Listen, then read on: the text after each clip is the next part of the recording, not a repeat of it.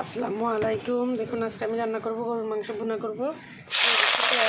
এর সাথে দিয়ে দিচ্ছি এলাচ, দারচিনি, দিচ্ছি দুটো তেজপাতা, দিয়ে দিচ্ছি আদা, দিয়ে দিচ্ছি হলুদের গুঁড়া, দিয়ে দিচ্ছি মরিচের গুঁড়া, গরুর মাংসের মশলা, জিরার গুঁড়া, ধনিয়ার গুঁড়া, আর দিচ্ছি আমি লবণ।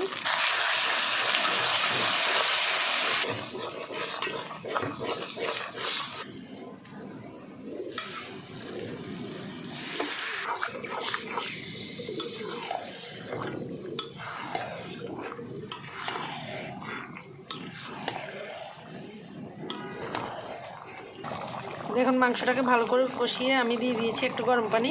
পানিটা একদম শুকিয়ে আমি আজকে একবারে ভুনা ভুনা করব।